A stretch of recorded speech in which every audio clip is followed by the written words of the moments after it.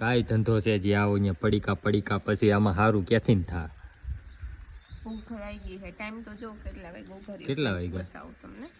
આજે છે ને અષાઢી બીજ હતી તો અમે કાલાવડ પાસે જે રણુજા આવ્યું છે ત્યાં અમે દર્શન કરવા ગયા હતા. અહીંયાથી આવ્યા છીએ સભાયા પરિવારના ખોડિયાર માતાજીના મંદિરે અને વાગી ગયા છે 1. અમે કાંઈ ખાધું નથી હજી.